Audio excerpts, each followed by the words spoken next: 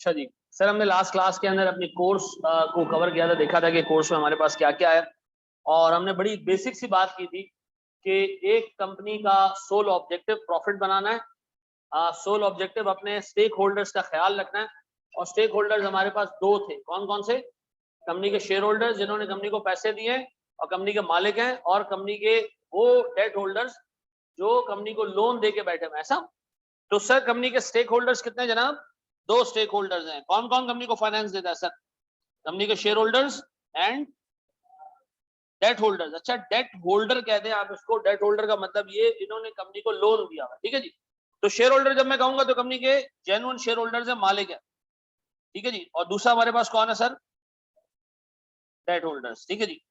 अब हमने डिस्कस किया था और हमने एक छोटी सी डिस्कशन में ये देखा था कि सर हमारे पास मिसाल के तौर पर जो शेयर होल्डर्स हैं वो कंपनी को फाइनेंस दे रहे हैं कोई 1 लाख रुपए का, ठीक है जी। 1 लाख रुपए का फाइनेंस दे रहे हैं।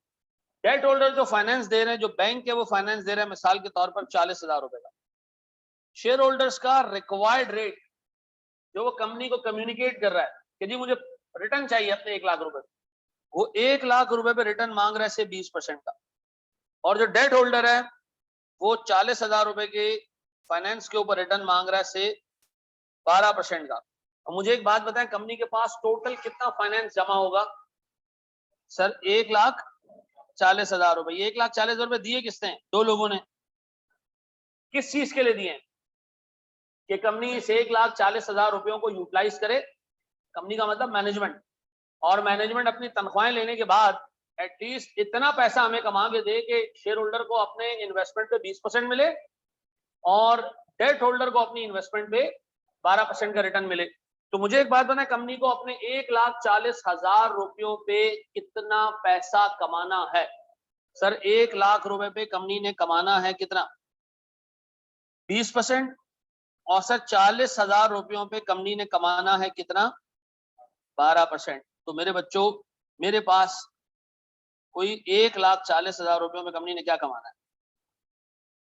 17.71%। ऐसा, इसकी मिसाल ऐसा ही है कि सर एक बंदे की दो बेगमात हैं, एक ने 1 लाख रुपए उसको काम करने के लिए दिया और दूसरे ने 40,000 रुपए दिए। एक सबर वाली बेगम है, वो 12% के रिटर्न में खुश हो जाएगी। एक बेगम जो है वो 20% का रिटर्न मांग रही है। तो सर बंदे को 1,40,000 रुपए लेके जाने मार्केट में और काम करना है, और कितने कितने परसेंट रिटर्न कमाना है? 17.71 में बेगम 1 भी खुश, बेगम 2 भी खुश। ऐसा है। अब बताएं, एक कंपनी का सोल ऑब्जेक्टिव क्या करना है जनाब? इतना रिटर्न बनाना है कि अपने स्टेक होल्डर्स को खुश रख सके। ऐसा, अपने स्टेक होल्डर्स के रिक्वायर्ड रिटर्न को कमाना कंपनी का सोल ऑब्जेक्टिव है। ऐसा। अच्छा जी, ये हमने लास्ट क्लास में डिस्कस कर लिया था, कवर कर लिया था। ऐसे ही है मेरे बच्चों। अब एक बहुत इंपॉर्टेंट डिस्कशन, इसमें कॉपी तो नहीं करना? नहीं सर, हम एक छोटी सी डिस्कशन करेंगे इसका, risk and premium for risk.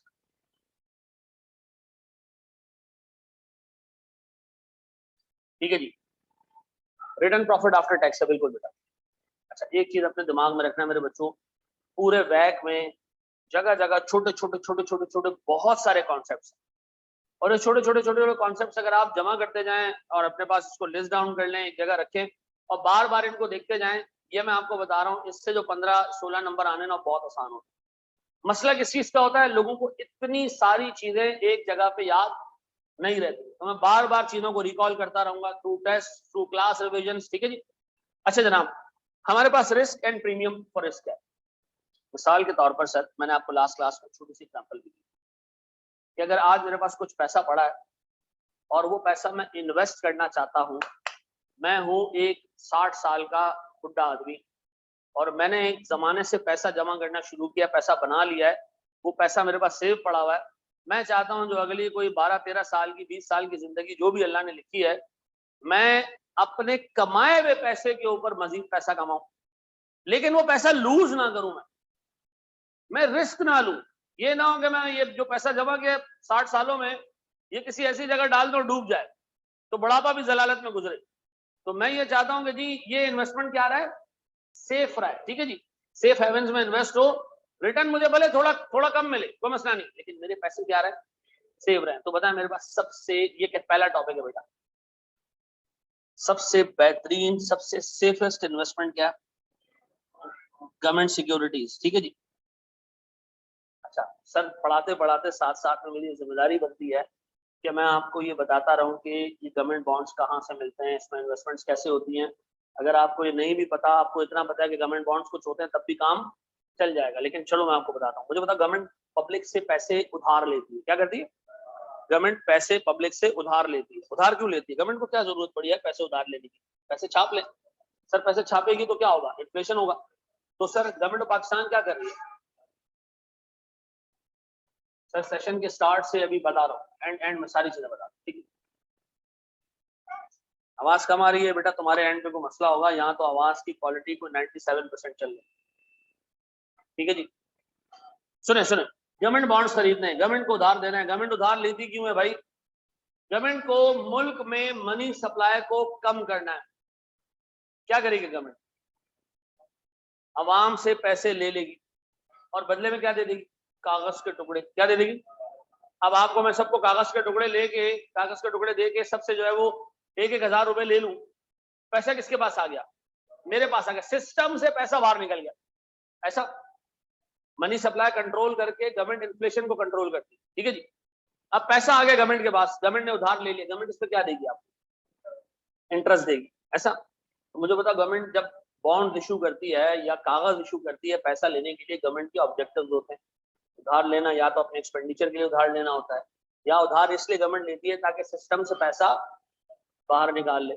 ऐसा अब बताएं, कोई इन्वेस्टर गवर्नमेंट बॉन्ड्स में पैसा इन्वेस्ट कर सकता है? हाँ सर। गवर्नमेंट डायरेक्टली, टेक्निकल बात बता रहा हूँ, ये चीजें सारी पता होंगी। अपने जॉब, अपने जो फर्म का इंटरव्यू है ना फर्ग्यूसन का, वो ध्यान से अच्छे से दे के आओगे। लोग जाते हैं वहां फंस जाते हैं, क्योंकि वो आपसे पूछते हैं भाई हालात हाजरा के सवाल, और आपको कुछ नहीं आता। गवर्नमेंट कभी भी बॉन्ड्स या कागज पब्लिक को इशू नहीं करती। गवर्नमेंट पाकिस्तान के टॉप 5 बैंक्स के कागजात इशू करती है। ये टॉप 5 बैंक्स क्या करते हैं? फिर अवामुन नास को बेचते हैं, ब्रोकर्स को बेचते हैं। ऐसा तो अगर आपने ये बॉन्ड खरीदना है, गवर्नमेंट बॉन्ड खरीदना है, तो कहां से मिलेगा आपको? कहां से मिलेगा? स्टेट बैंक से नहीं मिलेगा सर। 5 जो बड़े बैंक्स हैं, बीप बैंक है, यूबीएल है, 2-3 और बैंक्स हैं, ठीक है जी। ये हर दफा 5 बैंक चेंज होते रहते हैं, ठीक है जी। हर साल ये गवर्नमेंट पाकिस्तान को चेंज करता है, ठीक है जी। इनको मिलते हैं बॉन्ड। ये क्या करते हैं? ब्रोकर्स को बेचते हैं। ब्रोकर से आम आदमी खरीदता है। तो अगर आपको आज गवर्नमेंट बॉन्ड खरीदना है तो कहां से खरीदोगे जाके? सर मैं जाऊंगा एक ब्रोकर के पास, मैं कहूंगा आपके पास गवर्नमेंट बॉन्ड्स हैं, वो कहेगा हाँ मैंने अभी बैंक से खरीदे। मैं कहूंगा यार मुझे भी दे दे। ऐसा है। तो गवर्नमेंट किसमें क्या करती है? 5 बड़े बैंक्स को दे देती है, और 5 बड़े बैंक्स क्या करते हैं? नीचे अवाम उन्नास और ब्रोकर्स को बेचती है। आमतौर पर एक आम इंडिविजुअल पैसा ये गवर्नमेंट बॉन्ड्स कहां से खरीदता है? ब्रोकर से खरीदता है। अच्छा मैं गया ब्रोकर के पास, मैंने कहा मुझे गवर्नमेंट बॉन्ड चाहिए, 1,00,000 रुपए का गवर्नमेंट बॉन्ड चाहिए। उसने कहा सर इस पे जो रिटर्न मिलेगा ना, रिटर्न वो मिलेगा से 8%। कितना? और इस पे डिफॉल्ट रिस्क, कौन सा रिस्क? डिफॉल्ट रिस्क है 0%। ऐसा अब गौर से सुनना मेरे बच्चों। मैंने कहा यार मैं ठीक है, ये पैसे तो 8% का रिटर्न तो रीजनेबल है, रिस्क भी कम है, मैं थोड़ा सा और कमाना चाह रहा हूँ, क्या करें? फिर अब आप अपने आप को एक्सपोज करें रिस्क के सामने। ऐसा अब मुझे एक बात बताएं सर, अगर मैं किसी कंपनी के बॉन्ड्स जाकर खरीदूं, हलाल हराम का पर्सपेक्टिव आज मैं बता दूं आपको प्यारे भाई, सूद हर हाल में हराम है, चाहे उसको आप कोई भी नाम दे दो, ठीक है जी। मैं इस पर बात इसलिए नहीं करूंगा कि फिर आपको पढ़ने में मजा नहीं आएगा। अगर मैं आपको बता दूं ये जो चीज चल रही है ये हराम है, हराम पढ़ना नहीं है। जादू खत्म करने वाला बंदा जादू सीखता भी तो ना, देखता है कि ऐसा क्या है हिसाब किताब, ऐसे ऐसा है कि नहीं? अच्छा है, चलो जी भाई। जो एक सूद वूद के काम देखोगे ना, ये टोटल हराम है। सूद किसी भी फॉर्म में हराम है, हराम है, हराम है, ठीक है। उसको जस्टिफाई कोई भी नहीं करेगा, ठीक है जी। हाँ, पढ़ने और पढ़ाने वाले के लिए कोई हदीस में मसला नहीं है, ठीक। आप पढ़ सकते हो, मैं पढ़ा सकता हूँ। खाओगे तो फिर अपने उस पर खाना, ठीक है। तो फरिश्तों को ऊपर खुद जवाब देना। कर ले, नहीं कर ले, एक दफा कर ले, फिर हम सुकून से, आराम नहीं आएगा नहीं तो तुझे। कर कौन सी लाइट खुलना चाह रहा है? क्या देखना चाह रहे थे? तुझे वैसे भी नजर आ रहा है ना। इधर आ जा, इधर आ जा, अगर यही देखना है तो यहाँ आ जा, है तुम्हें नजर नहीं आ रहा?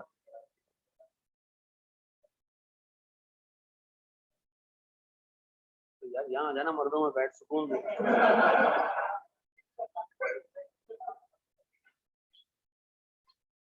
आ जाओ जी, हार्दिक पांड्या साहब आ गए, यहाँ से नजर आ रहा हूँ। अच्छा सुनो, अब मैं गया, मैंने कहा जी मुझे पैसा इन्वेस्ट करना है, और तो सुनना, लेकिन थोड़ा सा हायर रिटर्न चाहिए। क्या चाहिए? थोड़ा सा प्रीमियम चाहिए। क्या चाहिए? प्रीमियम चाहिए। तो मुझे ये बताया गया कि जी आप एक काम करें, आप गवर्नमेंट बॉन्ड में पैसा इन्वेस्ट ना करें, आप एक काम करें, बहुत अच्छे बैंक्स हैं या बहुत अच्छी कंपनीज हैं, आप उनको उधार दे दो, बहुत अच्छे बैंक हैं, आप उनमें पैसा रखवा दें। ठीक है जी। तो मैंने क्या किया जनाब, AAA रेटेड, ये क्या है जी? AAA रेटेड का मतलब है as good as government bond. ठीक है, वो याद रखो, मैंने लास्ट क्लास में भी आपको बताया था कि हर कंपनी अपनी क्रेडिट रेटिंग करवाती है। ठीक है जी, 2-3 पाकिस्तान में बड़ी कंपनी, तो पाकिस्तान में 2 ही है जिनसे आप अपनी क्रेडिट रेटिंग करवा सकते हो। क्रेडिट रेटिंग का मतलब है आप एक बहुत अच्छी कंपनी हो, अगर कोई बंदा आपको पैसे दे तो डूबने का चांस कम है। कल कोई बंदा ARTD को पैसे दे तो उसमें डूबने का चांस है 100% है। ठीक है जी। तो अब सुनो जरा दोस्त, AAA रेटेड बॉन्ड्स अगर मैं खरीद लूं तो सर इसका रिटर्न होगा 10%, और डिफॉल्ट रिस्क अराउंड कोई 1-8% हो सकता है। मिसाल दे रहा हूं, मुझे एक बात बताओ, AAA रेटेड बॉन्ड्स पे कितना प्रीमियम मिला आपको? 2% का। कितना प्रीमियम मिला आपको? 2% का। ये बात समझ आती है? प्रीमियम कितना मिला? 2% का प्रीमियम मिला। क्यों? क्योंकि आप थोड़ा सा रिस्क ले रहे हो, इसलिए आपको प्रीमियम मिल रहा है। पक्का? अच्छा जी, अब मैं मिसाल के तौर पर थोड़ा और कमाना चाहता हूं, तो मैं क्या करूं? BBB रेटेड बॉन्ड्स ले लें, सर इसमें आपको 13% का रिटर्न मिल जाएगा, ऐसा? अब बताओ सर, अगर आपको मैं कहूं इस पे कितना प्रीमियम मिल रहा है? गवर्नमेंट बॉन्ड के मुकाबले में 5% और AAA रेटेड बॉन्ड्स के मुकाबले में। तो याद रखना, प्रीमियम हमेशा रिलेट करके कहा जाता है कि जी इस पे प्रीमियम है 3% का as compare to AAA rated bond, इस पे प्रीमियम है 5% का as compare to government bond. Premium कोई एब्सोल्यूट फिगर नहीं होती। ठीक है जी। अब बताएं जी, अच्छा AAA में 0% होता है, लेकिन अगर कॉर्पोरेट AAA होता है उसमें आप 1-8% का रिस्क देख सकते हो। ठीक है जी। सर यहाँ पर BBB में से 3 से 4% का रिस्क, मिसाल दे रहा हूँ सर। अब बताएं, एक बंदा कहता है नहीं मैं और कमाना चाहता हूँ, तो मैंने उसको कहा एक काम करो, फिर हलाल कमा लो। हलाल में ये होता है कि नफा भी हो सकता है, नुकसान भी हो सकता है। ठीक है जी। फिर ये नहीं है कि कंफर्म आपको रिटर्न मिलेगा, नफा भी हो सकता है, नुकसान भी हो सकता है। ऐसा भी हो सकता है कि आप 5% नेगेटिव में हो, और ऐसा भी हो सकता है कि आप 25% पॉजिटिव में हो। ठीक है जी, 5% नेगेटिव में हो या 25% पॉजिटिव में हो। अब मुझे बताओ सर, अगर मैं आपसे कहूं कि इक्विटी का जो रिटर्न है, मिसाल के तौर पे इक्विटी का एवरेज रिटर्न हम ले लेते हैं से 17%, तो बताओ इक्विटी पे प्रीमियम है कितने का? गवर्नमेंट बॉन्ड्स के मुकाबले में इक्विटी पे प्रीमियम है कितने का? 9% का। और सर AAA रेटेड बॉन्ड के मुकाबले में 7% का, BBB के मुकाबले में 4% का। ये बात समझ आती है? जहां रिस्क बढ़ेगा वहां प्रीमियम बढ़ेगा, ऐसा है। एग्जामिनर ने एग्जाम में सवाल पूछा, ठीक है जी, एग्जामिनर ने एग्जाम में सवाल पूछा, इक्विटी हमारे पास है 1 लाख, कितने की? 1 लाख की। डेट हमारे पास है 50,000 रुपए का। ठीक है जी। सर हमारे पास डेट का इंटरेस्ट रेट से 10% है, और इक्विटी पे प्रीमियम 6% का। इक्विटी पे प्रीमियम कितने का है? 6% का। इसका मतलब इक्विटी का रिटर्न कितना है? इक्विटी का रिटर्न का मतलब शेयर होल्डर आपसे क्या मांग रहा है, इंटरेस्ट का मतलब डेट होल्डर आपसे क्या मांग रहा है। बताओ सर, कंपनी के पास 1.5 लाख के कैपिटल पे कंपनी ने कितने % का रिटर्न कमाना है, निकाल के दो। शाबाश, शाबाश मेरे बच्चों।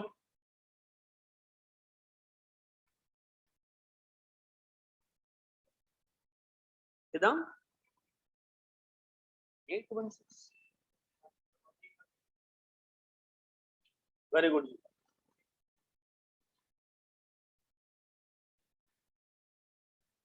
हाँ जी, हो गया गरीबों? 14%।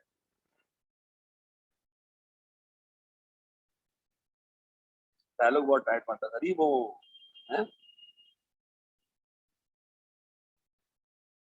है ना, मोटिवेशनल स्पीकर हो।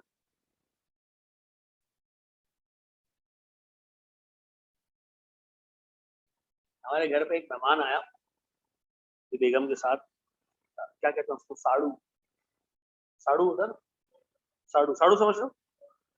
साड़ू वो बंदा होता है जैसे मेरी वाइफ की एक सिस्टर है, साली का शौहर, वेरी गुड सर, आसान। साड़ू हमारे घर आए और साड़ू ने लगा दिया टीवी, साड़ू ने नेटफ्लिक्स लगाया। हमारे घर में ठीक ठाक बड़ा टीवी है, साड़ू को पसंद आ गया। साड़ू देखे देखे जा रहे, देखे जा रहे, देखे जा रहे, एक दिन नहीं, दूसरे दिन। साड़ू के बच्चे जो है वो, उसको मेरी जो है वो सिस्टर इन लॉ ने हाथ में टैबलेट दिया हुआ है, वो देखे जा रहे हैं। अब ये शायद अनवर एक मोटिवेशनल स्पीकर है, इसकी एक वीडियो आई मेरे पास मोबाइल में, मैंने खोल ली। वो कहता गरीब वो बेगैरत है वो बंदा जो टीवी देख रहा है। मैं साड़ू को देखा, कहता है और वो डाइन जिसने बच्चे को टैबलेट दिया हाथ में। नाराज हो गया मेरे से। मैंने कहा मैंने थोड़ी खोला भाई, सामने आ गया मैंने खोल दिया है। अच्छा जी सर, ये 16% कहां से आया? देखें, बैंक आपसे इंटरेस्ट चार्ज कर रहा है कितना, 10%। इक्विटी वाला आपसे कह रहा है कि मुझे 6% ज्यादा चाहिए। क्यों? क्योंकि मैं क्या ले रहा हूं, रिस्क ले रहा हूं। तो बताओ इक्विटी होल्डर क्या करेगा, 16% मांगेगा। डेट होल्डर क्या मांग रहा है, 10%। तो मुझे एक बात बताएं सर, मेरे पास टोटल 1.5 लाख रुपए में मैंने क्या कमा के देना, कितना, 14%। तो इसका मतलब है कंपनी का टारगेट रिटर्न कितना है, कंपनी को 14% अपने 1.5 लाख पे कमाना है। इससे क्या होगा, शेयर होल्डर भी खुश रहेगा और डेट होल्डर भी खुश रहेगा। पक्का ऐसा है मेरे बच्चों? एक स्टेप आगे जाएं, आगे जाते जाएं। मैंने हमको बड़ा बेसिक से कॉन्सेप्ट अभी दिया है, वो रिस्क और रिस्क प्रीमियम का, जो मैं ऑलरेडी पिछली क्लास में डिस्कस कर चुका था। अब हम जा रहे हैं नई चीज पढ़ने के लिए, कुछ जो हमने लास्ट क्लास में चीजें देखी थी, हमने यही देखा था। पक्का बढ़े हम आगे दोस्त, पढ़ जाए। अच्छा मेरे प्यारे बच्चों, बोर्ड पे देखो, बोर्ड पे देखो, सारी चीजें छोड़ दो, बोर्ड पर देखो, कॉपी करना है। आफ्ताब बता रहा हूँ मैं,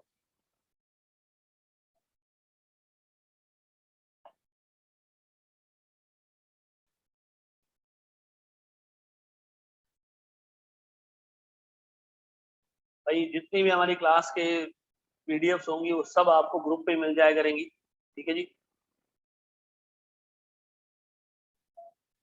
पहली क्लास का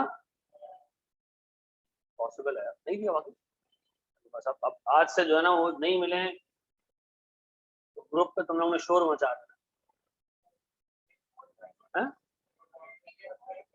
एडमिन तुम लोग बोलते भी बंद की,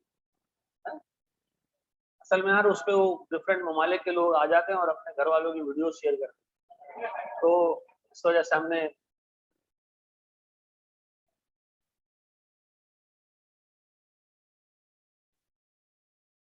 सप्लायर किया बेटा।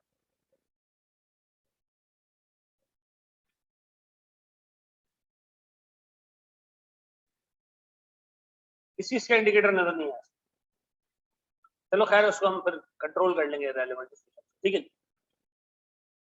ये डेमो लेक्चर्स कितने दिन ले सकते हैं, 10 दिन ले लेना, 5 दिन ले लेना, 2 दिन ले लेना। चलो जी बोर्ड पे देखो दोस्त प्यारे भाई, सारी चीजें छोड़ दो, एक छोटा सा कॉन्सेप्ट उस पर एक सवाल, फिर एक छोटा सा कॉन्सेप्ट उस पर एक सवाल, ठीक है। बोर्ड पे लिखना मेरे बच्चों। मुझे एक बात बताओ सर, एक कंपनी की बैलेंस शीट है मेरे सामने, ठीक है जी। बैलेंस शीट में आ रहे हैं एसेट्स, एसेट्स है मिसाल के तौर पर 400 रुपए, ठीक है जी, जैसे 4000 रुपए की, ये हमारी कंपनी की बैलेंस शीट है। मेरे बच्चों प्लीज पूरा फोकस बोर्ड पे।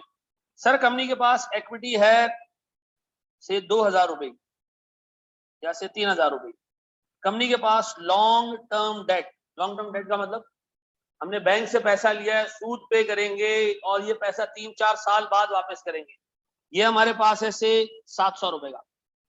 सर हमारे पास short term debt, short term debt ये भी मौजूद है, कितने के, 300 रुपए की। शॉर्ट टर्म डेट क्या है सर, हमारे पास मेनली क्रेडिटर्स हैं, मेनली क्या है, और कोई शॉर्ट टर्म डेट जो जहन में आ रहा हो, बैंक ओवरड्राफ्ट हो सकता है, ठीक है जी, क्रेडिटर्स हो सकते हैं, टैक्स पेबल हो सकता है, और बहुत सारी चीजें हो सकती हैं।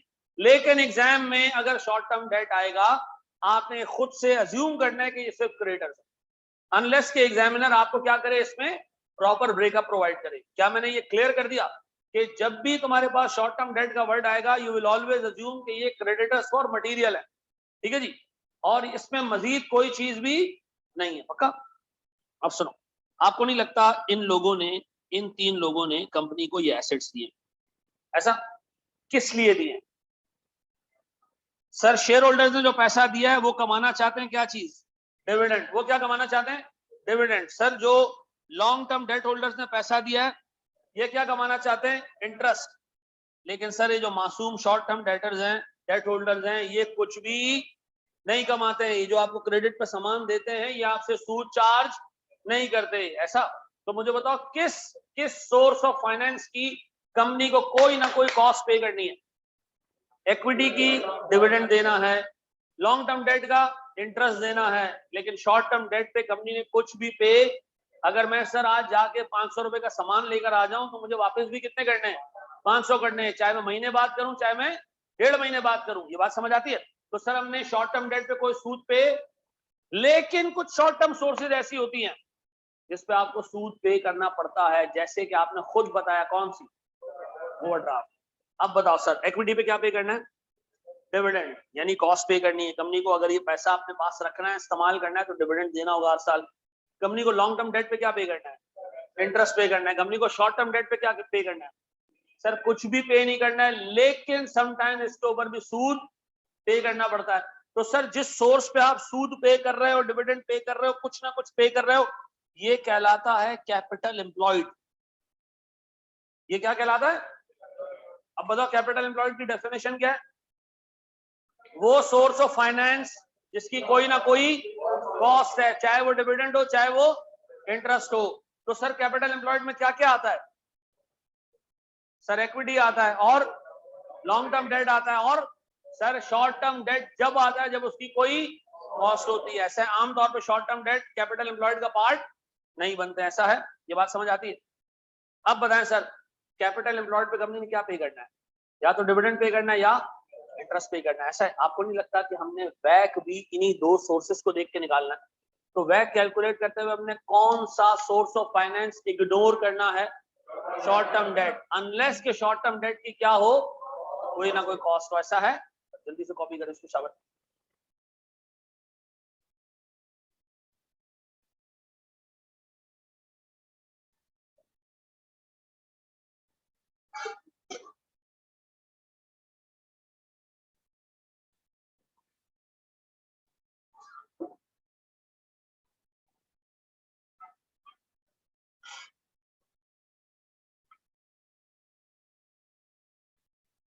ये रेशियोज में भी काम आता है, बिल्कुल।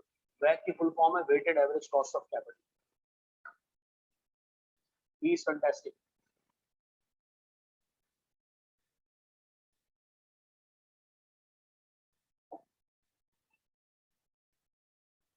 जी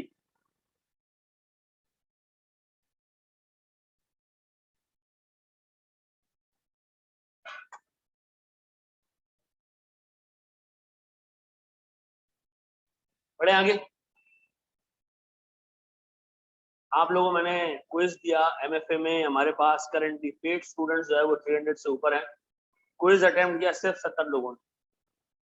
यार बोल बोल के थक गया हूं, अल्लाह के वास्ते यार थोड़ी सी इज्जत दो यार। क्विज, अब बताओ क्विज दूं या बंद ही कर दूं देना? सर दे दे, कोई ना कोई दे ही देगा। हमने तो बगैरती के इंजेक्शन लगवाए हुए हैं, लेकिन इंशाल्लाह कोई ना कोई आपको ऐसा मिलेगा जरूर कि जो क्विज देता हो, है?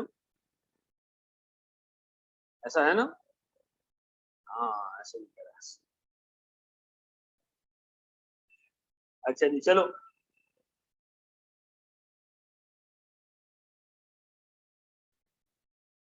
कुछ बच्चों की वजह से हमारी ये प्रैक्टिस जाएगी, ठीक है? आप हम पे यार उसको ट्रस्ट लिख दिया करो।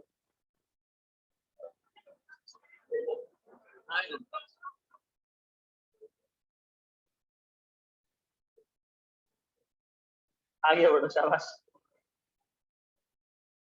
अब एक बात बताएं सर, सुने, थोड़ा सा मुश्किल सवाल लगेगा, करो खुद से मुश्किल, क्या निकालना है?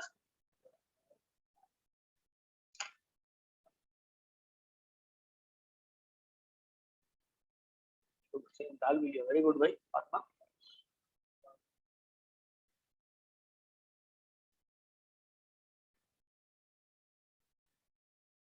Total assets minus current liabilities, plus नहीं,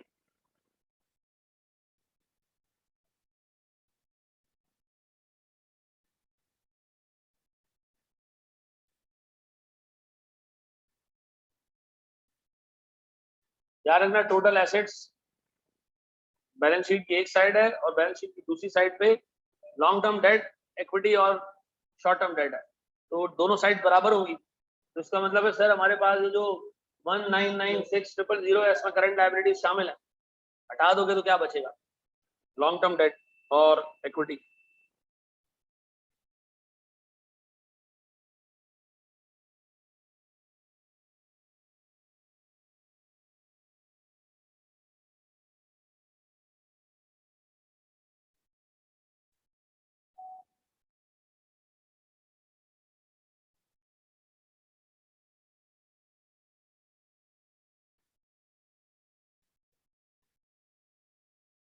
हो गया कितना जी? 14%। अच्छा, कोई मुजाहिद ऐसा तो नहीं है कि इसने 10 में 16% ऐड करके कॉस्ट ऑफ इक्विटी रखी है? ये 16% प्रीमियम नहीं है, ये कॉस्ट ऑफ इक्विटी है, ठीक है जी।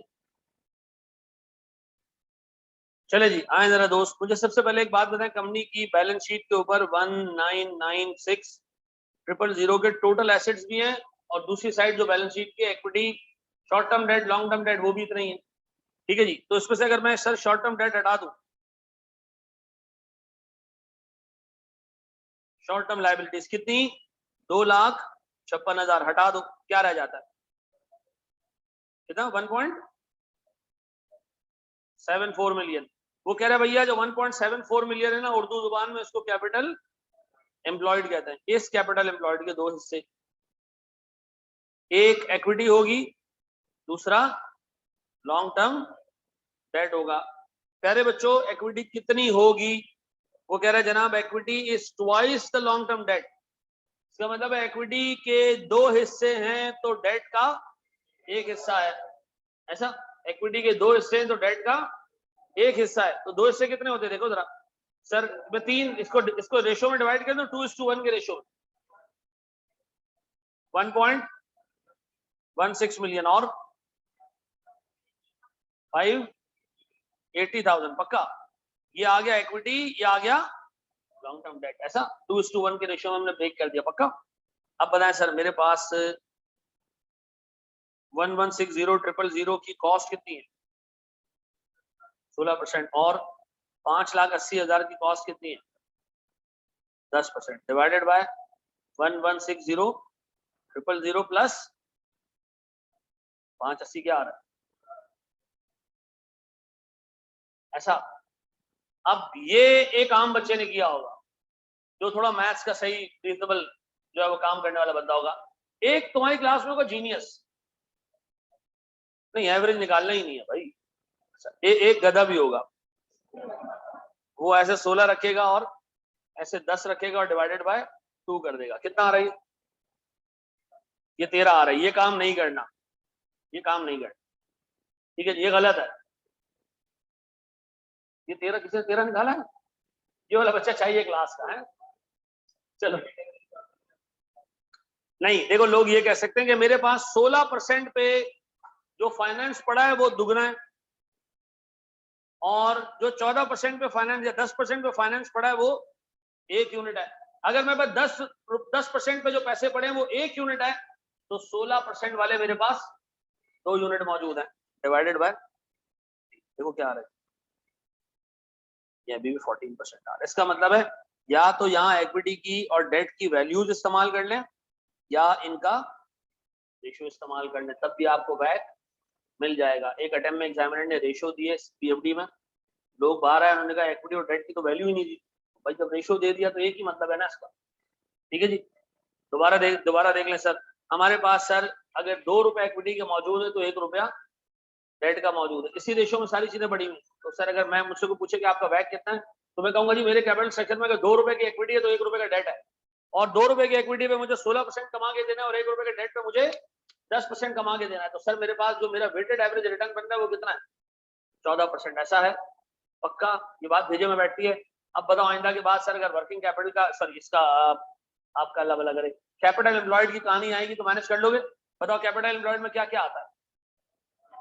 लॉन्ग टर्म डेट और इक्विटी आती है, लेकिन आमतौर पे अगर सर एग्जामिनर यही चीजें दे तो ठीक है, लेकिन अगर एग्जामिनर ये कहते कि ओडी भी है तो वो शॉर्ट टर्म डेट है, वो भी कैपिटल एम्प्लॉयड का पार्ट बन जाएगी। पक्का? बढ़ जाए आगे, कॉपी तो नहीं करना।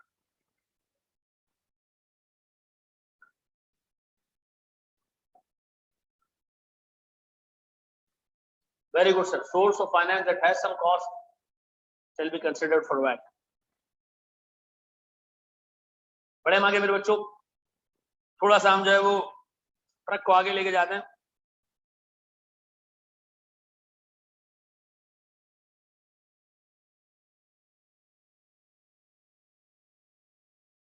पढ़े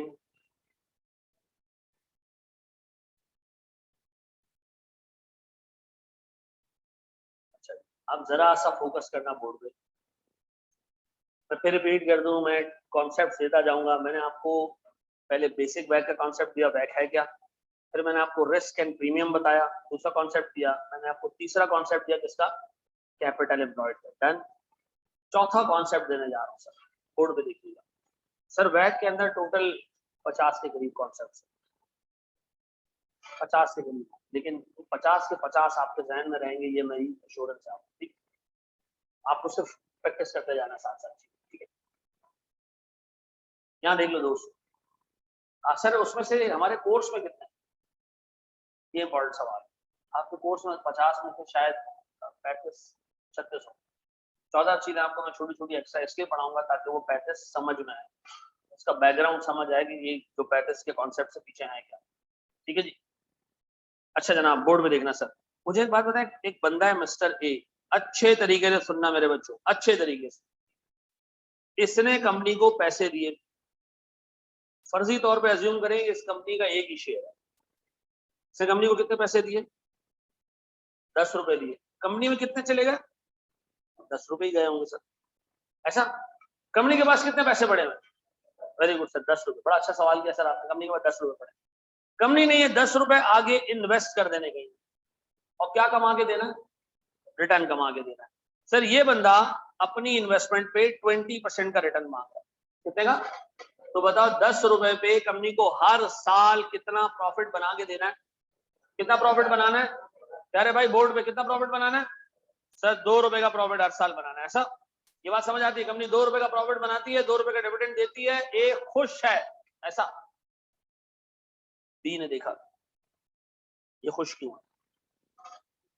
ऐसा होता ना, बी ने देखा खुश क्यों है। ये के पास आया और उसने कहा कि ए को कहा कि यार ऐसा क्या करते हो तुम कि इतना खुश रहते हो? उसने कहा भाई मैंने कंपनी में पैसा इन्वेस्ट किया हुआ है और वो मुझे मेरा टारगेट रिटर्न पे करती है, तो मैं उस कंपनी से बहुत खुश हूँ और जिंदगी मस्त चल रही है। बी ने कहा यार इस कंपनी का शेयर मुझे बेच दो, इस कंपनी का शेयर मुझे बेच दो। तुम कितने % रिटर्न कमाते हो? ए ने कहा मैं 20% कमाता हूँ। बी ने कहा अच्छा एक काम करो, मुझे शेयर बेच दो, मैं तुमसे शेयर खरीद देता हूँ 13 रुपए। कितने? अब बताओ सर, कंपनी ने सॉरी ए ने शेयर उठा के दे दिया बी को। ऐसा? अब बताओ कंपनी में कितने पैसे पड़े? कंपनी में 10 ही पड़े हुए, कंपनी में पैसा चेंज नहीं हुआ। ये पैसे की ट्रांजैक्शन जो हुई है ये किसके बीच में हुई है? ए और बी के बीच में हुई है। सर बी ने ए को पैसे दिए, ए फारेगा, उसकी जगह क्या आ गया? अब बी खड़ा हुआ है, बी सोच रहा मुझे जो है वो इंशाल्लाह भी 20% का रिटर्न मिलेगा। बी को डिविडेंड मिला 2 रुपए का। कितने का? क्योंकि कंपनी तो कमाती 2 रुपए। अब बी की हटना शुरू हो गई। बी ने कहा ये क्या बगैरती है, उसको 20% दे रहे थे, मुझे भी तो दो 20%। कंपनी ने कहा भाई मैं तो एक ही रोटी बनाती हूँ, वो पहले वो खा जाता था, अब तुम आ गए, अब तुम्हें रोटी छोटी लग रही है तो मैं क्या करूं? अब बताओ सर, क्या वाकई बी जो है वो 2 रुपए के डिविडेंड तो खुश होगा? क्या वाकई ये 20% बनता है? चेक करो जरा कितने % बनता है। 2 डिवाइडेड बाय 13 कितना? 2 डिवाइडेड बाय 13 15.38 ऐसा। अब बी हो गया नाराज, ऐसा है। अब बी क्या हो गया? नाराज हो गया। तो मुझे एक बात बताएं सर, कंपनी को अगर अपने स्टेक होल्डर्स को खुश रखना है तो कंपनी को जो रिटर्न देना है अपने स्टेक होल्डर्स को, वो मार्केट वैल्यू पे देना है या बुक वैल्यू पे? अब बता सर, जब उसने शेयर बी ने ले लिया, फर्जी बात कर रहा हूं, कितने रुपए का लिया? क्या कंपनी को ये बात पता होना चाहिए कि मेरे शेयर होल्डर ने 13 रुपए का शेयर खरीदा? हाँ, ये कंपनी को पता होना चाहिए कि मेरे शेयर होल्डर ने इस वक्त शेयर 13 रुपए का खरीदा है। तो सर कंपनी अब जब रिटर्न देगी तो वो किसके हिसाब से होगा? क्योंकि बी कहेगा मैं तो अभी आया हूं, मुझे तो भाई अपने हिसाब से रिटर्न चाहिए, ऐसा है कि नहीं? तो बी कहेगा जी मुझे 18% का रिटर्न चाहिए, मुझे 16% का रिटर्न चाहिए। कंपनी को यह बात पता होनी चाहिए कि उसका इक्विटी होल्डर जिसने अभी शेयर खरीदा है वो किस रेट में खरीद के आया है और मुझे उसको रिटर्न उसके रेट के हिसाब से देना है। ये बात समझ आती है? तो मुझे एक बात बताओ, जब आप वैक निकालने जाओगे तो सर वैक में जो इक्विटी की वैल्यू यूज करोगे, आप कहते हो जी मेरे पास इतना इक्विटी का पैसा है और इतना रिटर्न मांग रहे हैं, ये जो वैल्यू इक्विटी की आप इस्तेमाल करोगे वैक में, ये बुक वैल्यू होगी या मार्केट वैल्यू? Market value. क्यों? क्योंकि कंपनी को अपनी मार्केट वैल्यू पे अपना टारगेट रिटर्न देना है इन्वेस्टर को, ऐसा। अब बताओ इस कंपनी के शेयर की मार्केट वैल्यू कितनी है? 13 रुपए। तो सर कंपनी को रिटर्न भी किसके हिसाब से देना है? 13 के हिसाब से देना है। ये बात समझ आती है? तो सर अगर शेयर होल्डर की एक्सपेक्टेशन बढ़ जाए तो कंपनी को अपने प्रॉफिट्स को भी बढ़ाना पड़ता है, ऐसा है। तो बताओ वैक जब हम निकालने जाएंगे तो वो बुक वैल्यूज पे निकालेंगे या मार्केट वैल्यूज पे? मार्केट वैल्यूज के ऊपर। किसके ऊपर? मार्केट वैल्यूज के ऊपर। ये बात समझ आती है? याद रखना, कंपनी के लिए क्या ये जानना जरूरी है कि इस वक्त उसके शेयर की मार्केट वैल्यू क्या है? यस। और उसी पे उसको क्या दिया जाएगा? रिटर्न दिया जाएगा। ये बात भेजे में बैठती है, कॉपी करें सर, लिखें जनाब, market values will be used for the calculation of weight, ऐसा।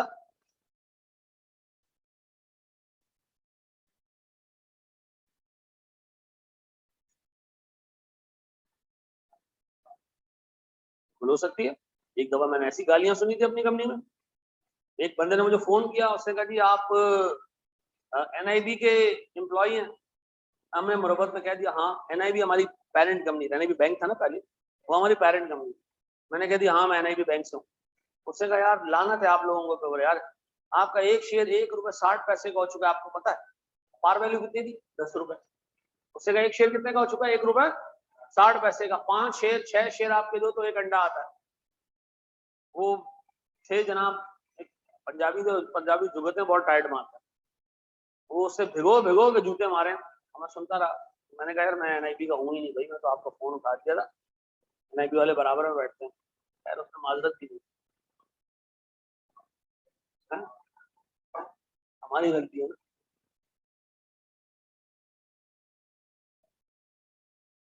20% देना पड़ेगा, नहीं तो फिर वो उसको ये बोलना पड़ेगा कि हम आपके मतलब का रिटर्न नहीं कमा सकते, हम दो ही कमाएंगे। नहीं नहीं नहीं नहीं, चीज यार। अच्छा क्या दो लोगों का रिक्वायर्ड रिटर्न सेम होता है? मैं छोटी सी एग्जांपल देता हूं तुम्हें। मेरे पास पैसा पड़ा है और मिसाल के तौर पर मेरे पास बहुत पैसा है, मिसाल दे रहा हूँ, ठीक है? ऐसा नहीं, मिसाल ही है, मिसाल, ठीक है?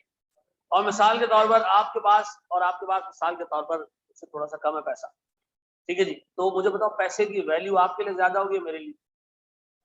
आपके लिए ज्यादा होगी जिसके पास कम है। एक कंपनी आके कहती जी 1-1 लाख रुपए की इन्वेस्टमेंट दो।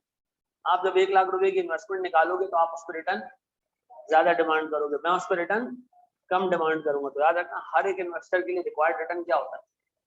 अलग अलग होता है। तो फिर कंपनी किसको देखे? कंपनी वेटेड एवरेज रिटर्न निकालती है। आगे हमने पूरे मॉडल्स देखने कि कंपनी को ये कैसे पता चलेगा कि शेयर होल्डर कितना रिटर्न मांग रहा है। शेयर होल्डर सुबह सुबह जाएगा ओजीटीसी का दरवाजा टकटकाएगा, हाँ जी बाहर आओ, आज मुझे 16% चाहिए, नहीं, ऐसा नहीं है। शेयर होल्डर अपना तरीका, उसकी जो कम्युनिकेशन होती है वो ऐसे नहीं होती जिस तरह होती है, उन्होंने भी आगे जाके देखा है कि शेयर होल्डर्स क्या चाहते हैं, कंपनी को कैसे पता चलेगा, ये टेक्निक आ गया हमने। देन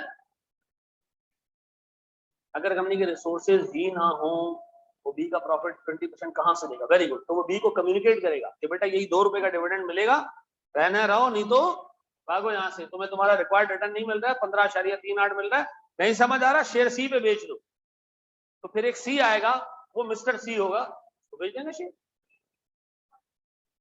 जी हाँ, तो इसका मतलब है 20% रिटर्न के ऊपर आइडियल मार्केट वैल्यू है ही 10 रुपए। ये बेवकूफ आदमी था जिसने कितने में खरीद दिया इसको। ठीक है, ये बात समझ आती है ना। हमने आगे जाके इसको मजीद डिटेल में देखना है। इसलिए एक बंदा आगे कहता है आप में से अक्सर लोग जो है ना बेचारे छोटे इन्वेस्टर्स जो होते हैं जिनको स्टॉक मार्केट का आइडिया नहीं होता, वो घुसते हैं स्टॉक मार्केट में और ऐसे लाइटें देख रहे होते हैं। कैसे, मैं समझाता हूँ। हम 4 दोस्त हैं, हम लोग बड़े, क्या अच्छा अल्फाज क्या होगा, हम बड़े जो है वो होशियार हैं।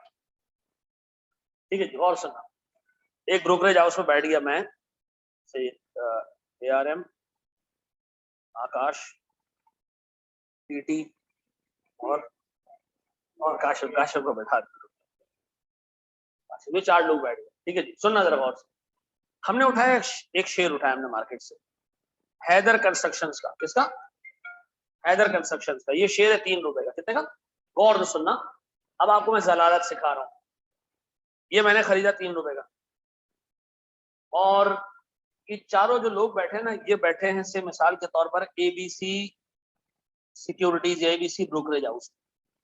किसमें बैठे ये? ABC ब्रोकरेज हाउस में। गौर से सुनना मेरे बच्चों, ये छोटी छोटी चीजें समझ नहीं आए ताकि एंड में तुम्हें पूरे स्टॉक मार्केट का स्ट्रक्चर पता हो। इसी पे थ्योरी भी है हमारे कोर्स में, इसी पे प्रैक्टिस भी है पूरी।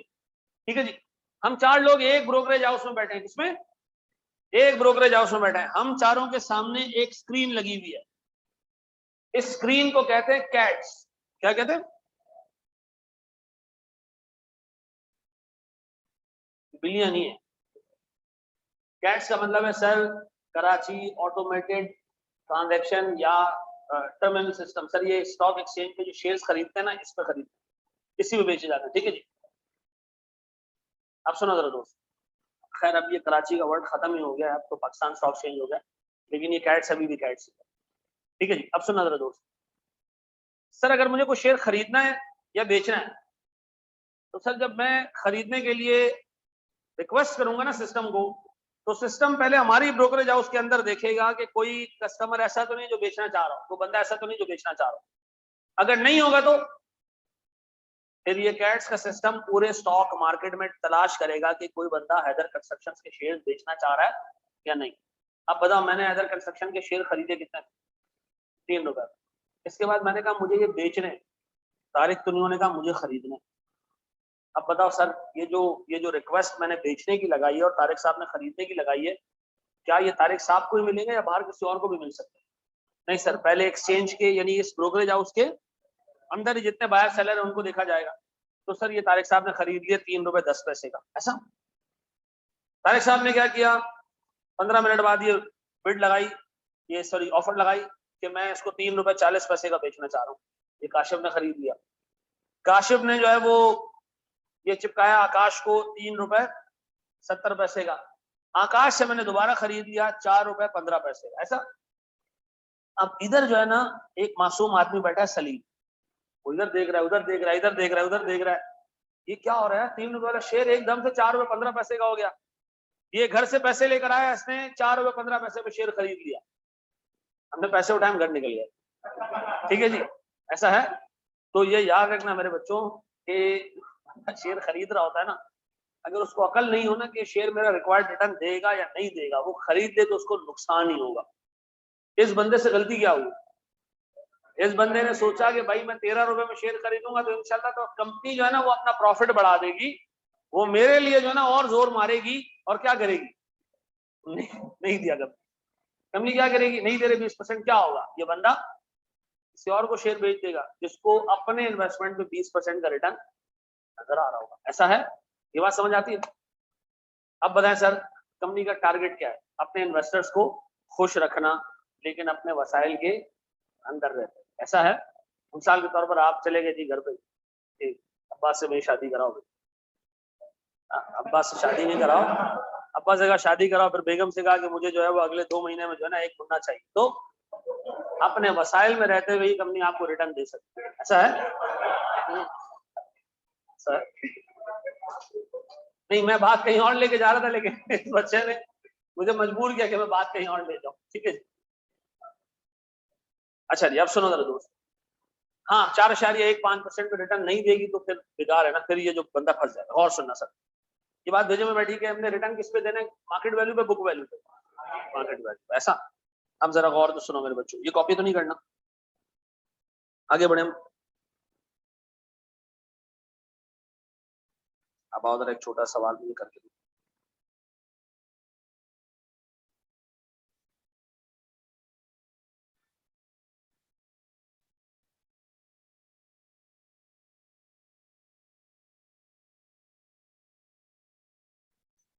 भाई जितने सवालात हैं ये सब आपकी किताब में मौजूद होंगे और इसी सीक्वेंस में मौजूद होंगे जिस सीक्वेंस में हम पढ़ रहे हैं, ठीक है।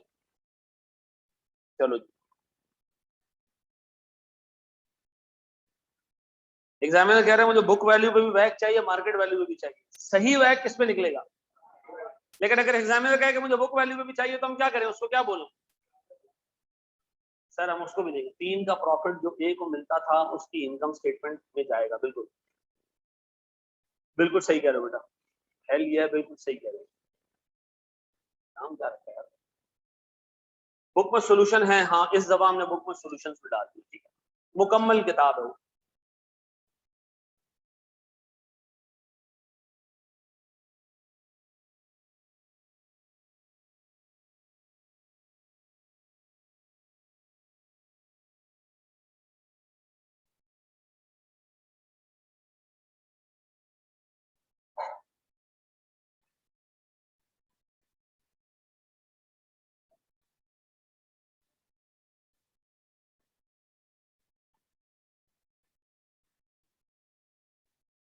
बुक फ्री होगी नहीं बेटा, बुक के साथ 500 रुपए भी देंगे, तो गत्ते के साथ चिपके हुए, नोट भी कड़क होगा।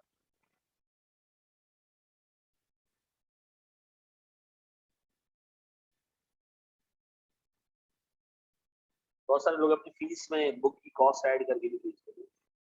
मैं सोचा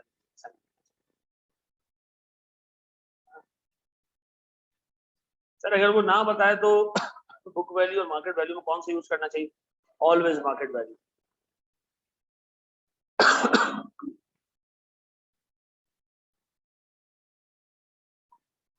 यार ये आपको मिल जाएगा उससे, वही बुक वाले से। जी मार्केट वैल्यूज की बेसिस पे क्या आ रहा है? वैक 16%, 16.4। मार्केट वैल्यू में कितना आ रहा है? 17 ऑलमोस्ट।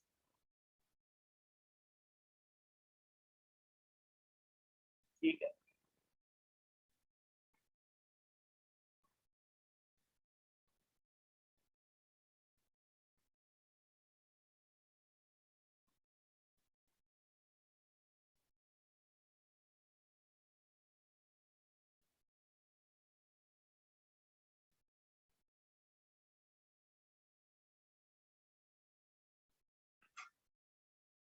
मैं कह रहा हूं सर, मैंने मार्केट वैल्यूज की बेसिस पे निकालना है वैक।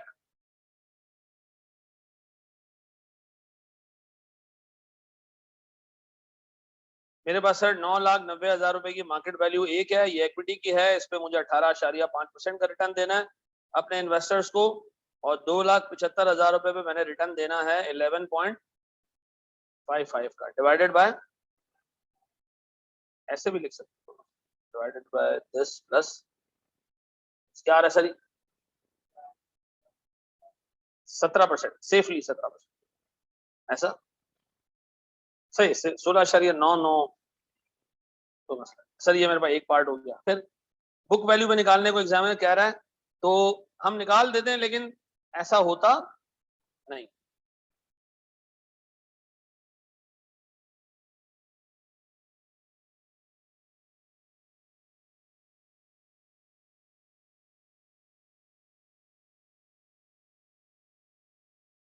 जी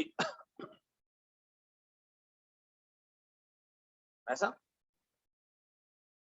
पक्का जी, हम आगे बढ़े ऐसे ही दोस्त। डेट की मार्केट वैल्यू, बॉन्ड्स की मार्केट वैल्यू, ठीक है, बढ़े हम आगे दोस्त। प्यारे बच्चों बहुत सारे, बहुत सर एक दो क्या लिखा है, एक दो क्या लिखा है,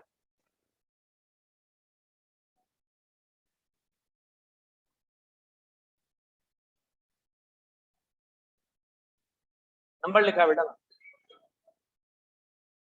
ऐसा है। बड़े हम आगे। यार ये लाइटें खोलो तो तुम लोग की शक्लें तो देखो।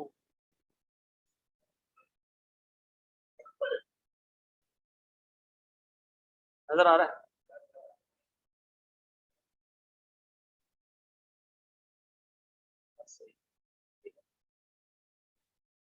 हाँ भाई, मुझे नजर आई, तेरे में नजर भी नहीं आ रहा था।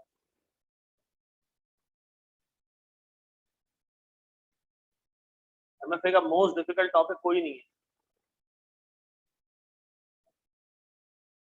नुकसान होगा, इसीलिए ब्रोकरेज हाउस को मना किया जाता है कि आप ऐसी प्रैक्टिस में ना पड़े। आसान कौन सा है? कमीशन। तभी तो उसको एक्सचेंज अलाउ करता है कि जो आपका कस्टमर है वो आपके किसी दूसरे कस्टमर से शेयर ले ले तो ज्यादा बेहतर है। दोनों साइड की ब्रोकरेज उसको मिल जाती है। ARTT स्टैंड्स और अहमद रजा एंड तारिक है।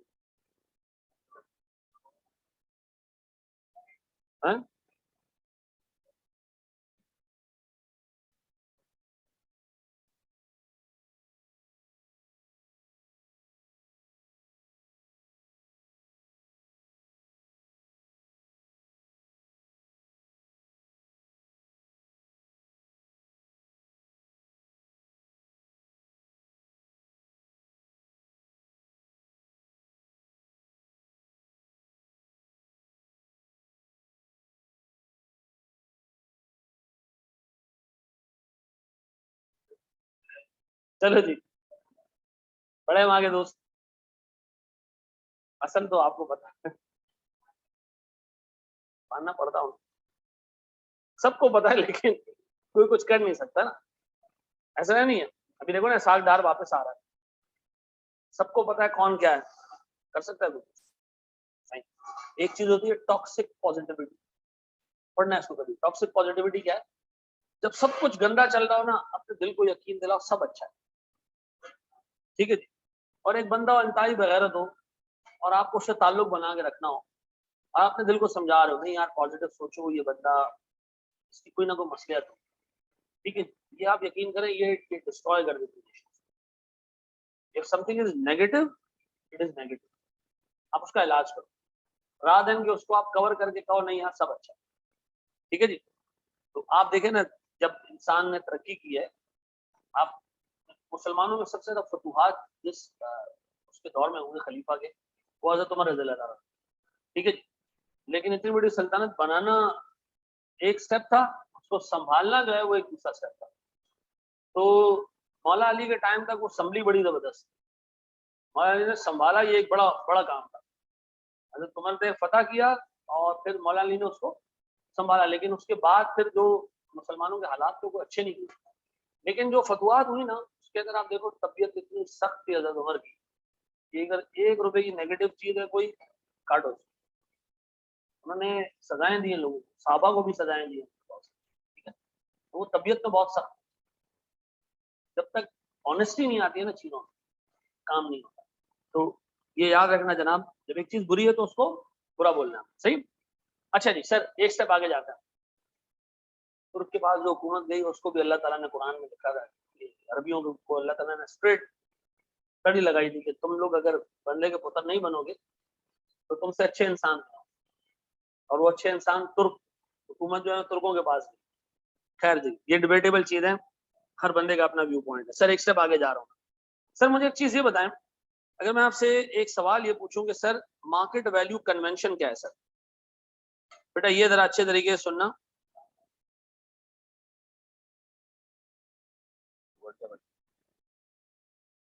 क्या हुआ? आ रहा हूँ, आ रहा हूँ।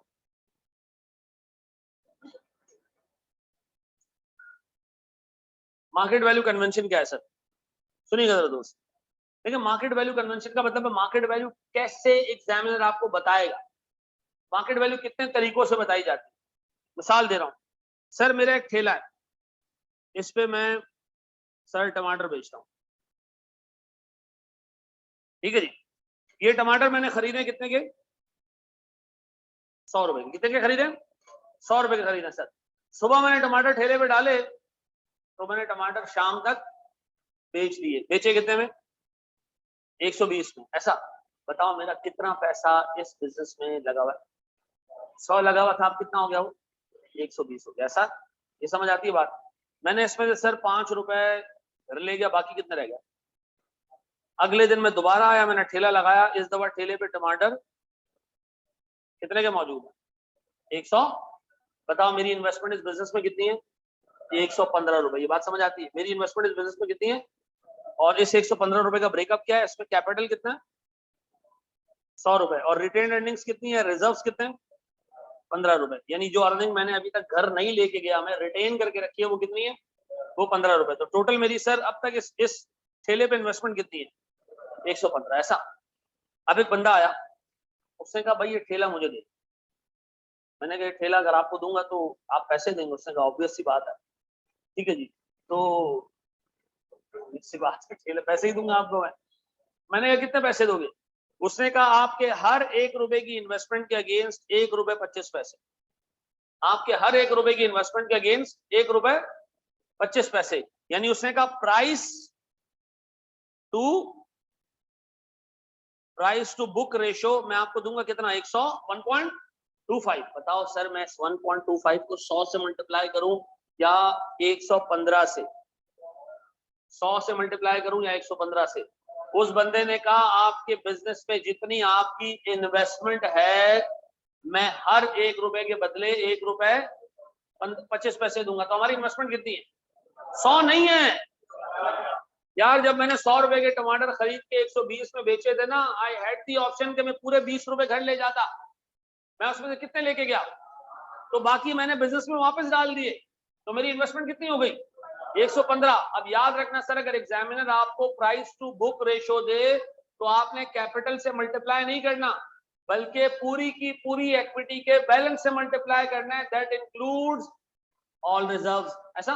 ये बात समझ आती है? अब बताओ मेरी इन्वेस्टमेंट कितनी है इस बिजनेस के अंदर? 115 रुपए।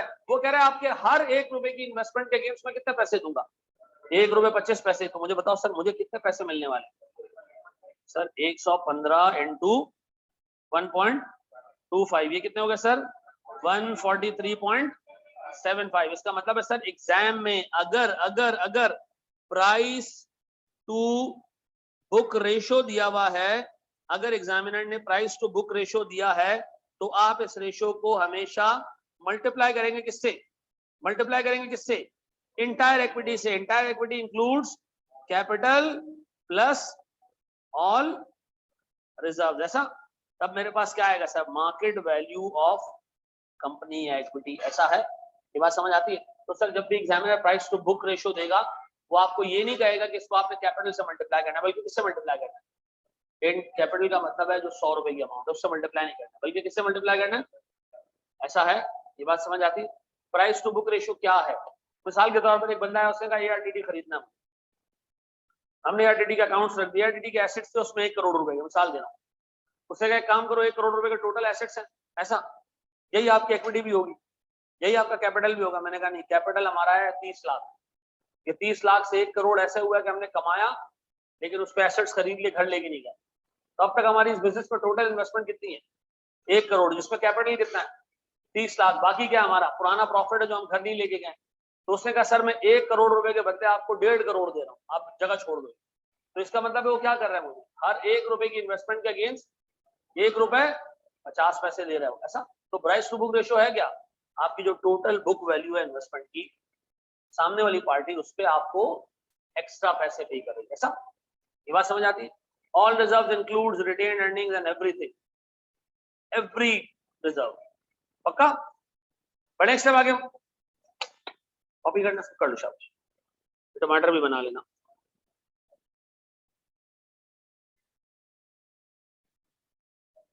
नहीं नहीं, अच्छा एक चीज याद रखना भाई, ये जो प्रैक्टिकल पार्ट है इसमें कोई चीज थ्योरेटिकल नहीं आती है, तो आप इसको समझो, इसके डेफिनेशन लिखने की जरूरत नहीं, सुकून से। ओसीआई भी आएगा इसके अंदर।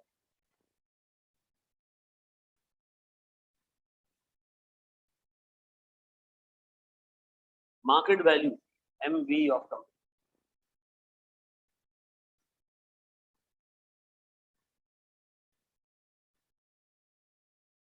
तरीके मार्केट वैल्यू देने के,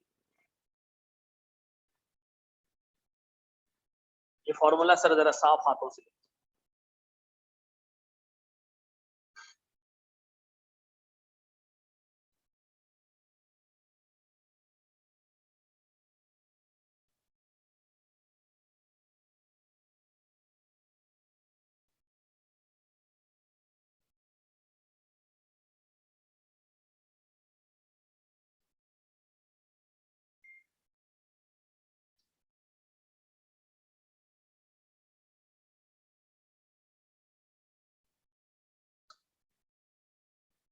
market value of equity, market value of company एक ही बात।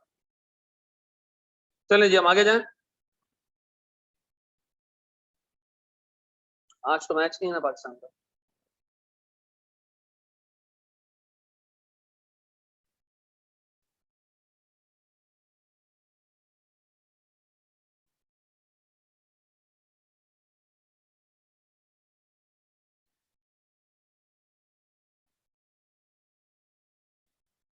बढ़े हम आगे दोस्त।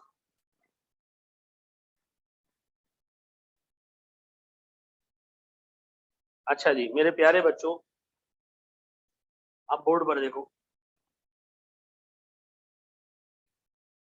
और से देखना मेरे प्यारे बच्चों। बढ़े हम आगे। एक्सेप्ट, पहले जो बिल पास हुआ ये क्या है, सबको पता होगा। ये जो भी ये ट्रांसजेंडर एक्ट पास हुआ, ये नहीं पता?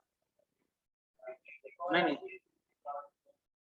नहीं नहीं, इसमें सिर्फ एक क्लॉज है जिसपे सारे रिलीजियस पार्टीज को, सबको, इनफैक्ट पूरी इंसानियत को एतराज होना चाहिए। उसमें ये कि अगर आप कल जाके कहें कि मैं एक लड़की हूँ, तो आपको किसी मेडिकल टेस्ट से पास नहीं होना, आपके शनाख्ती कार्ड पे लिखा आ जाएगा आप। तो इससे नुकसान क्या है? इससे नुकसान ये कि ये लड़का आपको शादी कर सकता है। ठीक है जी, मिसाल दे रहा हूँ। हैं?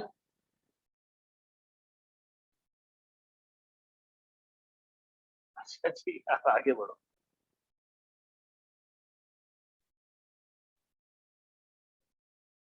चलो जी बोर्ड में देखना दोस्त, एक छोटी सी चीज और देखना। ये हाईलाइट पिछले 4 सालों से एक जमात इस्लामी का एमएनए वो किए जा रहा है लेकिन कोई लिफ्ट नहीं करा रहा था। अब जब पास हो गया तो सब लिफ्ट कराया। अल्हम्दुलिल्लाह मौलाना डीजल साहब अभी तक कहीं गायब है, वो आएंगे किसी पॉइंट पे। ठीक है जी, बोर्ड में देखना दोस्त। सर मुझे एक बात बताएं, अगर मैं आपसे कहूं गौर से सुनो मेरे बच्चों अच्छे तरीके से, एक कंपनी पहली दफा बिजनेस शुरू किया उसने, गौर से सुनना। इस कंपनी ने शेयर इशू किए। क्या इशू किए?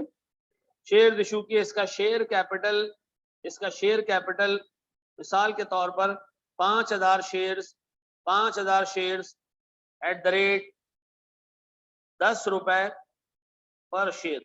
कितने शेयर इसने इशू किए? 5,000। कितने शेयर इशू किए? 5,000। सर एक शेयर की वैल्यू, तो टोटल कितने हो गए?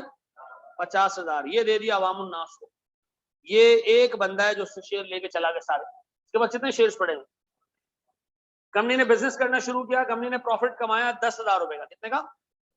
10,000 रुपए का प्रॉफिट कमाया। ऐसा कंपनी ने इसमें से 2,000 रुपए का प्रॉफिट भाई को दे दिया। बताओ कंपनी के पास कितना प्रॉफिट रिटेन्ड रह गया? सर कंपनी ने कहा हमारा रिटेन्ड अर्निंग्स 8,000। अब बताओ कंपनी की टोटल इक्विटी कितनी? 58,000। और सुनना, ये कौन है? ये जावेद है। ठीक है जी, और सुनना, एक बंदा है जनाब, उसका नाम है से मुदस्सिर। बड़ा नाम है बहुत, छोटा नाम बताओ। ये आ रहा है आता है सर जावेद साहब के पास। जावेद साहब को कहते हैं कंपनी मैंने खरीदी है, इसके सारे शेयर्स मुझे दे दो। जावेद साहब कहते हैं कि जी आप क्या दाम लगा रहे हैं? तो अहमद रजा ने कहा मैं बड़े आसान दाम लगा रहा हूं, आपकी जितनी इन्वेस्टमेंट है मैं आपको इस पे 1.5 का मल्टीपल पे करूंगा। बताओ मैं ये 1.5 जो है क्या है? ये है प्राइस टू, और सर अगर मैंने प्राइस टू बुक रेशो 1.5 कहा है, तो बताओ मैं कितने पैसे दूंगा इसके? 58,000 इंटू 1.5 कितने? 87,000। ऐसा ये बात समझ आती है? उस बंदे ने कहा 1.5 तो बहुत कम है।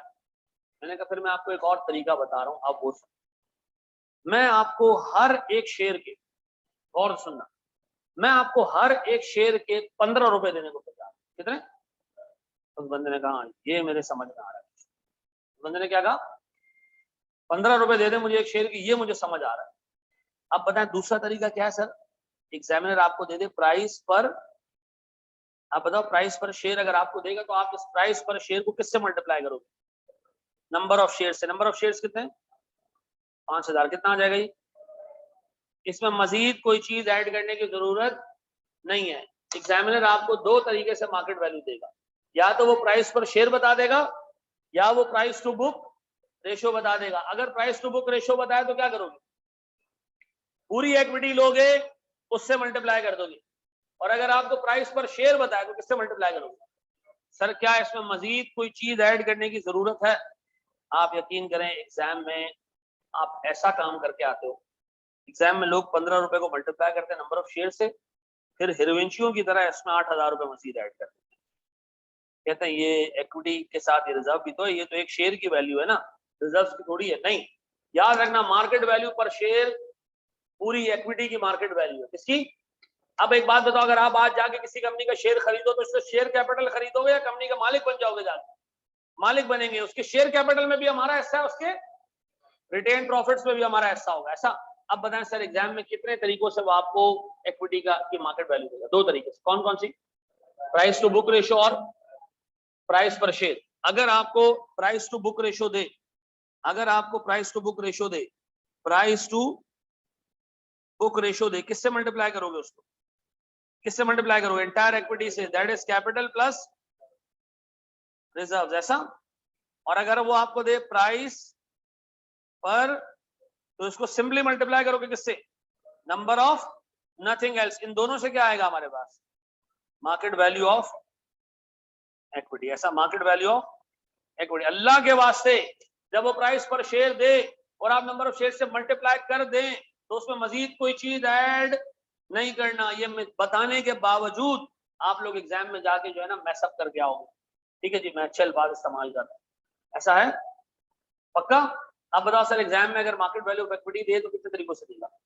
दो तरीकों से देगा, या तो प्राइस टू बुक रेशियो देगा या पक्का। हम एक स्टेप आगे बढ़े, एक सवाल देखें इसके ऊपर। कॉपी कर, कहां से कॉपी करना?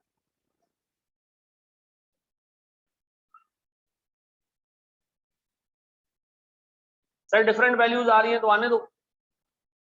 ठीक है जी, उसूलन सेम वैल्यूज आनी चाहिए, लेकिन अगर एग्जाम में आपको दिया होगा दोनों में से एक तरीका दिया होगा। ठीक है जी, कितने तरीके दिए होंगे दोनों में से?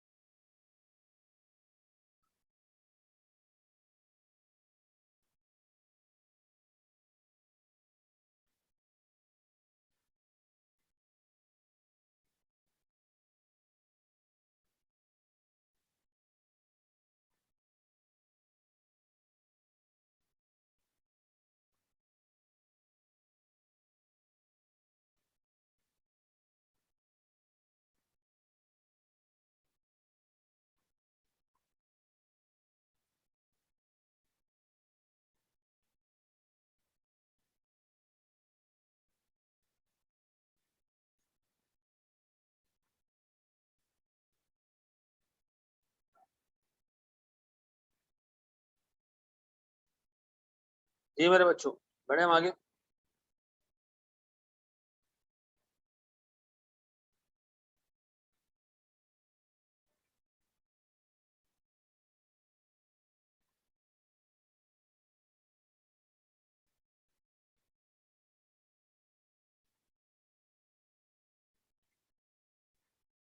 चलो जी, पढ़ते हैं एक स्टेप आगे। सर एक छोटा सवाल हम देखते हैं, बल्कि हमारे पास 10 मिनट रह गए, हम छोटी समरी बना लेते हैं क्लास खत्म करने से पहले। मुझे एक बात बताएं, आज हमने दो तीन चीजें कवर की, और तो सुनना मेरे बच्चों, हमने सिर्फ आज कॉन्सेप्ट्स कवर किए हैं। मैंने कोई ऐसा आपको टेक्निकल सवाल नहीं कराया जिसमें इन कॉन्सेप्ट्स का इस्तेमाल हो रहा हो। ठीक है, सिर्फ आपके कॉन्सेप्ट डेवलप किए। मैंने सबसे पहले आपको ये बताया कि कंपनी का ऑब्जेक्टिव ये है कि वो अपने शेयर होल्डर्स और डेट होल्डर्स का जो रिक्वायर्ड रिटर्न है उसको अचीव करे ताकि दोनों खुश रहें। दूसरा पॉइंट मैंने आपको ये बताया कि कंपनी के पास जो कैपिटल एम्प्लॉयड है वो सोर्स ऑफ फाइनेंस है जिसकी कोई ना कोई कॉस्ट है। सोर्स ऑफ फाइनेंस वो जिसकी कोई ना कोई कॉस्ट है, उसमें इक्विटी आती है, उसमें लॉन्ग टर्म डेट आता है और कभी कभी शॉर्ट टर्म डेट आता है जिसमें सर कॉस्ट शामिल हो। ठीक है, जैसे हमारे पास क्या है, ओवरड्राफ्ट है। ऐसा प्राइस पर शेयर में रिटेन अर्निंग अलग से नहीं करेंगे। यही मैं उर्दू जुबान में समझा रहा हूँ कि अगर आपको किसी कंपनी का शेयर खरीदना है, आप शेयर खरीदोगे, एक कंपनी के सारे शेयर में खरीद लूं तो मैं मालिक बन जाऊंगा, या उसका रिटेन अर्निंग अलग से खरीदना पड़ेगा मुझे? इसलिए कंपनी का मालिक बन जाऊंगा, खत्म। ऐसा फिर मैंने आपको ये बताया कि सर कंपनी जब वैक निकालती है तो वो मार्केट वैल्यू के हिसाब से निकालती है, यानी वो अपने हाजिर इन्वेस्टर को जिसने मार्केट वैल्यू पे शेयर खरीदा है रिटर्न उसके हिसाब से पे करेगी। जैसे मिसाल के तौर पर यूनिलीवर जब डील स्टोर आता उसके एक शेयर की वैल्यू, यूनिलीवर से कंपनी है ना, पता है ना सर, जब वो डील स्टोर हुई तो उसके एक शेयर की वैल्यू 16,000 रुपए। कितने? 16,000 रुपए। अब मुझे एक बात बताओ, वो अपने इन्वेस्टर को जिसने 16,000 का भी शेयर खरीदा है उसको क्या वो 10 रुपए के हिसाब से रिटर्न देगी जो उसकी बुक वैल्यू थी? नहीं सर, किसके हिसाब से देगी? 16,000 के हिसाब से। तो याद रखना सर, जो भी कंपनी रिटर्न देती है वो किसके ऊपर देती है? मार्केट वैल्यू के ऊपर देती है। हमने तीसरी चीज ये पढ़ी कि मार्केट वैल्यू एग्जाम में दो तरीकों से वो आपको देगा, या तो प्राइस टू बुक रेशो देगा या प्राइस पर शेयर देगा। अगर प्राइस टू बुक रेशो दे तो आपने क्या करना है, सीधा सीधा total equity capital plus all available reserve सबसे मल्टीप्लाई करना है। जबकि प्राइस पर शेयर दे तो सिर्फ और सिर्फ नंबर ऑफ शेयर से मल्टीप्लाई करना है। पक्का? सर बस हम क्लास को यहीं तक रखते हैं, लेकिन सुनो, एक कमिटमेंट आपसे ये लेनी है कि भैया जो क्विज दे रहा हूं अल्लाह के वास्ते उसको इज्जत तो दो। ठीक है जी, मैं आपको बताता हूं सर, सुने 2 सेकंड रुके जरा, फिर उसके बाद आप सुकून से अपने कर जाए।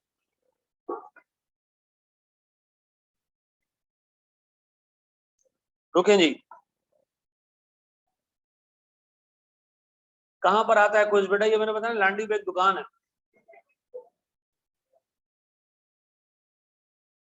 कहां गया भाई?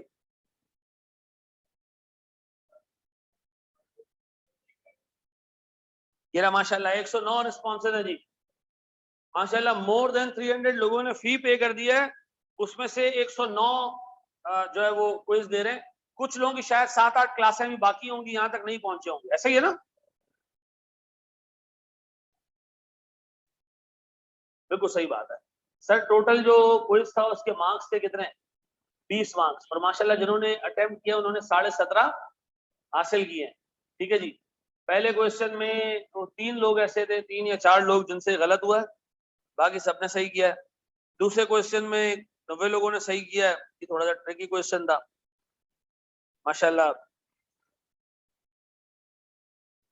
पांचवा जो है वो भाई साहब सारे सही कर गए। छठा 72% लोगों ने सही किया है। सातवां 96 लोगों ने सही किया आउट ऑफ 109। तो इसका मतलब यार कुछ अभी भी लोग ऐसे हैं जिन्होंने छोटी छोटी मिस्टेक्स की हैं। मैं चाहता हूं कि आने वाले दिनों में ये अंडा मुकम्मल एक ही रंग का हो। ठीक है जी, जरूरी नहीं हरे रंग का हो। पक्का जी? आज वाला आज फिर एक क्विज में अपलोड करूंगा, लेट नाइट में अपलोड करूंगा।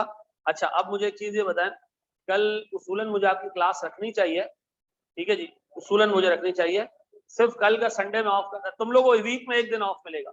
जो लेवल 2 वाले हैं उनको वीक में एक दिन ऑफ मिलेगा। अब हमने किया ये कि FAR2 आकाश और मैं अलग अलग बैच लेके चले। ठीक है जी, तो मैं संडे को क्लास नहीं लेता। ठीक है जी, तो मैं नहीं लेता संडे को, इसलिए लेता हूँ आप भी आराम करो हम भी आराम करें यार। बस जिंदगी में इतने जलील हो गए कि संडे का दिन तो मिलना चाहिए। तो अभी नहीं रख रहा मैं, लेकिन अगर कोई आकाश से FAR2 पढ़ रहा है उसको संडे के दिन क्लास लेनी पड़ेगी। उनको संडे को क्लास लेता है, उसके पास इवनिंग में और संडे और सैटरडे के टाइम होता है। मैं अपना FAR2 कंबाइंड बैच का सीन बता दें भाई, जो बंदा मुझसे FAR2 पढ़ेगा उसको पोर्टल पे आकाश के मुकम्मल लेक्चर मिलेंगे। जो आकाश से FAR2 पढ़ेगा लाइव में उसको रिकॉर्डेड मेरी मतलब उसको पोर्टल पे पूरे मेरे लेक्चर मिलेंगे। जिससे पढ़ना पढ़ो, ARTT में ही पैसा आएगा। ठीक है जी, तो पैसा मेरी जेब में आएगा। तो जिससे पढ़ना पढ़ो। ठीक है जी, उससे पढ़ना उससे पढ़ो, मुझसे पढ़ना मुझसे पढ़ो। ठीक है जी, दोनों दोनों में कोई फर्क नहीं है। ठीक है जी, आपने जिस टीचर से पढ़ना उससे पढ़े जहां आपको बेहतर लगता है।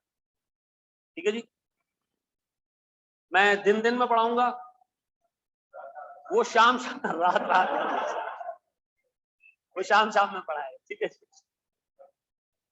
Thank you ji.